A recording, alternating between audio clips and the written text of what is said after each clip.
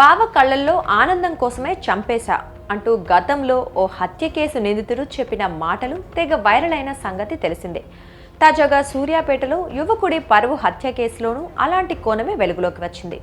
మనవరాలు కులాంతర వివాహం చేసుకుందన్న కోపంతో ఆమె భర్తను చంపేయాలంటూ నాయనమ్మ చేసిన ఒత్తిడే హత్యకు కారణంగా పోలీసులు తేల్చారు. కుల పిచ్చితో కుటుంబ సభ్యులను రెచ్చగొట్టిన వృద్ధురాలు ఓ యువకుడి నిండు ప్రాణాన్ని బలి తీసుకోవడంతో పాటు కుటుంబమంతా జైలు పాలు కావటానికి కారణమైంది.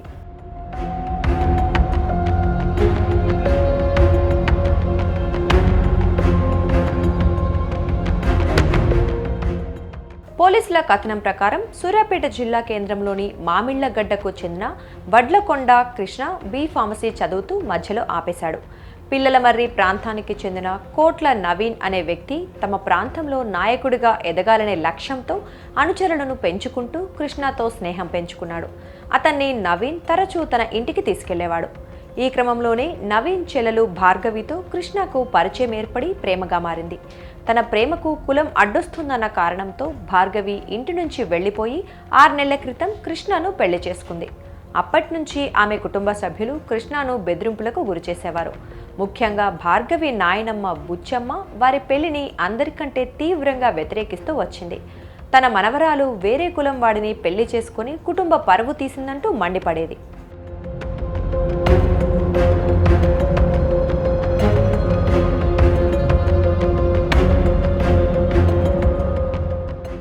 ఈ క్రమంలోనే మనవడు నవీన్ను మాటలతో రెచ్చగొట్టడంతోనే కృష్ణను ఎలాగైనా చంపేయాలని మర్డర్ స్కెచ్ వేశాడు. ప్లాన్ ప్రకారమే కృష్ణతో కొద్ది కాలంగా స్నేహంగా ఉంటూ వచ్చిన నవీన్ అదను చూసి అతన్ని హతమార్చాడు. ఇందుకోసం తాళ్లగడ్డకు చెందిన బైరు మహేష్తో పాటు సాయి చరణ్ అనే మరో యువకుడి సాయం తీసుకున్నాడు. స్కెచ్ ప్రకారం ఈ నెల 19వ తేదీనే కృష్ణను హత్య చేయాలని వారు భావించినా అది కుదరలేదు. ప్లాన్ బి ప్రకారం ఈ నెల 26వ తేదీ ఆదివారం కృష్ణకు మహేష్తో ఫోన్ చేయించి బయటకు రప్పించారు. ఆ రోజు రాత్రి 10 గంటలకు కోట్ల నవీన్ బైరు మహేష్తో పాటు మరికొందరు కలిసి కృష్ణను తీవ్రంగా కొట్టి గొంతు నలిమి చంపేశారు.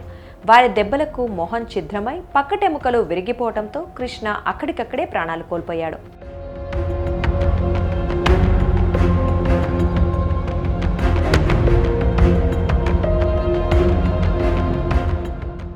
హత్య చేసిన తర్వాత మృతదేహాన్ని కారులో వేసుకుని ఆత్మకూర్ మండలం పాత సూర్యాపేటలో బంధువుల ఇంటి వద్ద ఉన్న బుచ్చమ్మకు చూపించి సంతృప్తి పరిచినట్లు సమాచారం. అనంతరం నల్లగొండలో ఉన్న మరో మిత్రుడికి మృతదేహాన్ని చూపేందుకు వెళ్లారు. రాత్రంతా వీరు కృష్ణ మృతదేహంతో షికారు చేశారు. నల్గొండ పరిసరాల్లోనే మృతదేహాన్ని వదిలేయాలని భావించినప్పటికీ సాధ్యం కాకపోవడంతో తిరిగి సూర్యాపేటకు మృతదేహాన్ని తీసుకొచ్చారు. చివరికి జనగామ రహదారి నుంచి పిల్లలమర్రి వెళ్లే మూసీ కాలువ వద్ద పడేశారు. తెలుగు రాష్ట్రాల్లో సంచలనం రేపిన ఈ హత్య కేసును సీరియస్గా తీసుకున్న పోలీసులు అన్ని కోణాల్లో విచారించి పరువు హత్యగా తేల్చారు.